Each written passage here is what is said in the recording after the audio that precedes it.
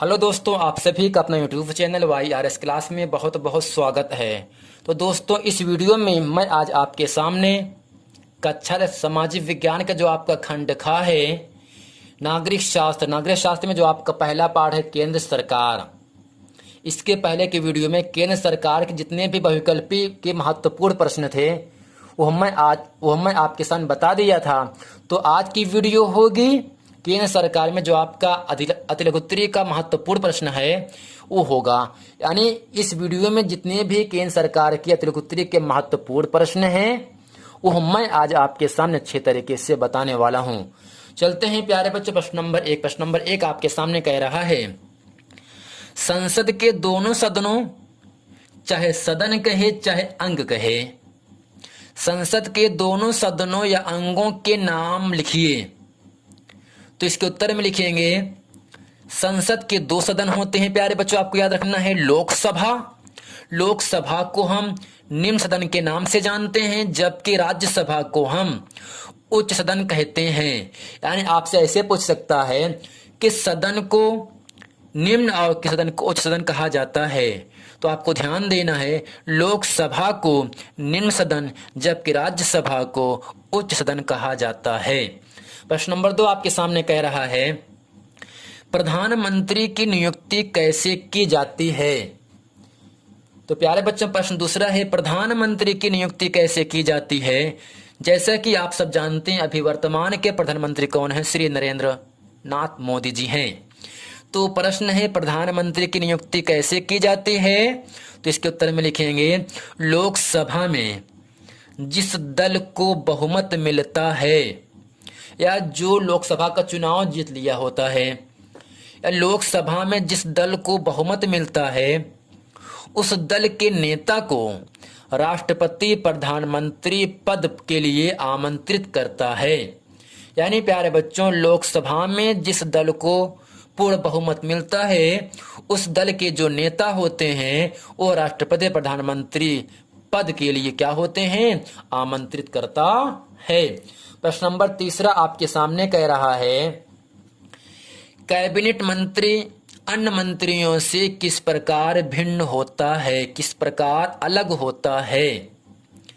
तो इसके उत्तर में लिखेंगे, कैबिनेट मंत्री मंत्रिपरिषद की बैठकों में भाग लेता है।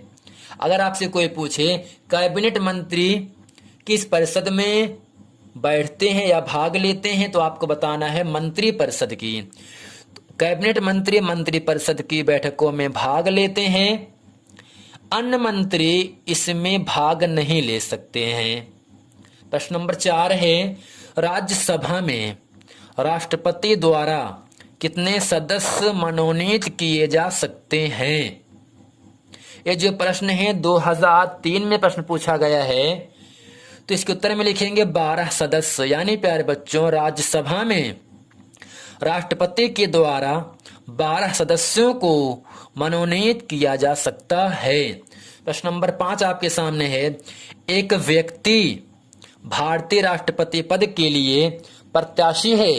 यानी कोई व्यक्ति वह भारतीय राष्ट्रपति पद के लिए प्रत्याशी, वह चुनाव लड़ना चाहता है राष्ट्रपति के लिए। उसे अपने पक्ष में मत प्राप्त करने के लिए, तो मत का मतलब वोट देना, उसे अपने पक्ष में मत प्राप्त करने के लिए भारत की किन 2 निर्वाचित संस्थाओं से संपर्क करना होगा। तो इसके उत्तर में लिखेंगे, नंबर 1 लोकसभा, नंबर 2 है राज्यों के विधानसभाएं। यानी प्यारे बच्चों, एक व्यक्ति भारतीय राष्ट्रपति पद के लिए प्रत्याशी है, चुनाव लड़ना चाहता है राष्ट्रपति का, उसे अपने पक्ष में मत प्राप्त करने के लिए भारत की किन 2 निर्वाचित संस्थाओं से संपर्क करना होगा। वो आपका 2 है, लोकसभा से और राज्यसभा की विधानसभाओं से। राष्ट्रपति पद के लिए प्रत्याशी को जो चुनाव लड़ना है वो लोकसभा और राष्ट्रपति की विधानसभाओं से संपर्क करना होगा। प्रश्न नंबर 6 आपके सामने कह रहा है, क्या भारत का राष्ट्रपति सर्वोच्च न्यायालय से किसी कानूनी प्रश्न पर परामर्श ले सकता है। तो परामर्श का मतलब सलाह, क्या होगा, सलाह। क्या वह इस परामर्श को मानने के लिए बाध्य है। तो प्रश्न है प्यारे बच्चों, क्या भारत का राष्ट्रपति सर्वोच्च न्यायालय से किसी कानूनी प्रश्न पर परामर्श ले सकता है? क्या वह इस परामर्श को मानने के लिए बाध्य है?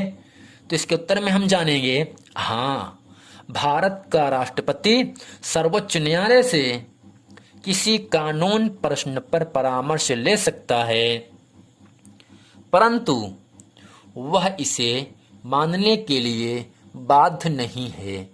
प्रश्न नंबर 7 आपके सामने कह रहा है, राष्ट्रपति के निर्वाचन में मतदाता कौन होते हैं? जो प्रश्न है 2005 में प्रश्न पूछा गया है। प्रश्न है, राष्ट्रपति के निर्वाचन में मतदाता कौन होते हैं? तो इसके उत्तर में हम जानेंगे संसद सदस्य एवं राज्यों के विधानसभा सदस्य। यानी राष्ट्रपति के निर्वाचन में संसद सदस्य और राज्यों के विधानसभा सदस्य मतदाता करते हैं। प्रश्न नंबर 8 आपके सामने कह रहा है, त्रिशंकु लोकसभा का क्या तात्पर्य है? या त्रिशंकु लोकसभा किसे कहते हैं? या त्रिशंकु लोकसभा से आप क्या समझते हैं? जिस तरह से प्रश्न पूछे, जिस प्रकार इसका उत्तर लिखा गया ऐसे आपको लिख देना और आपको 2 नंबर की प्राप्ति होगी। ये जो प्रश्न है 2005 में 2008 में प्रश्न पूछा गया है। तो त्रिशंकु लोकसभा का क्या तात्पर्य है, क्या अर्थ है, इसमें लिखेंगे हम, लोकसभा में किसी भी दल का बहुमत न होने की दिशा में लोकसभा त्रिशंकु लोकसभा कहलाती है। यानी लोकसभा में किसी भी दल का बहुमत न होने की दिशा में लोकसभा त्रिशंकु लोकसभा कहलाती है। प्रश्न नंबर 9 आपके सामने कह रहा है, भारत के वर्तमान राष्ट्रपति, प्यारे बच्चों ध्यान से देखिएगा, भारत के वर्तमान राष्ट्रपति का नाम लिखिए। तो आपको इसके उत्तर में जानना है, भारत के वर्तमान राष्ट्रपति श्री प्रणब मुखर्जी जी हैं। यानी जो श्री प्रणब मुखर्जी जी हैं वो भारत के वर्तमान राष्ट्रपति थे।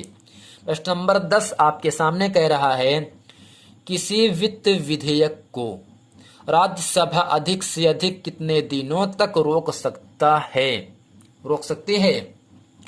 तो किसी वित्तीय विधेयक को राज्यसभा अधिक से अधिक कितने दिनों तक रोक सकता है? तो इसके उत्तर में लिखेंगे, राज्यसभा अधिक से अधिक 14 दिनों तक वित्त विधेयक को विचारार्थ रोक सकती है। यानी 14 दिन तक विचार करने के लिए उसके पास रख सकता है। ये जो प्रश्न है 2006 में प्रश्न पूछा गया है। प्रश्न है, इसको अच्छे तरीके से समझ लेते हैं। किसी वित्त विधेयक को राज्यसभा अधिक से अधिक, यानी वित्त विधेयक राज्यसभा अधिक से अधिक कितने दिनों तक अपने पास रख सकता है, उस पर विचार विमर्श करने के लिए। तो आपको ध्यान देना है, राज्यसभा अधिक से अधिक 14 दिनों तक अपने पास विचार विमर्श करने के लिए रख सकता है।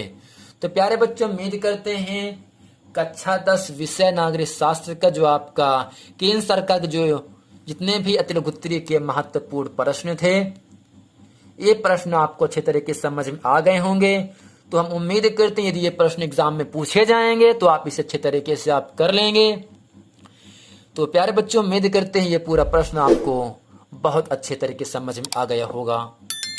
यदि ये वीडियो प्रश्न आपको समझ में है तो वीडियो को लाइक करें, कमेंट करें और सब्सक्राइब करना ना भूलें। मिलते हैं प्यारे बच्चों अगली वीडियो में, तब तक के लिए थैंक यू।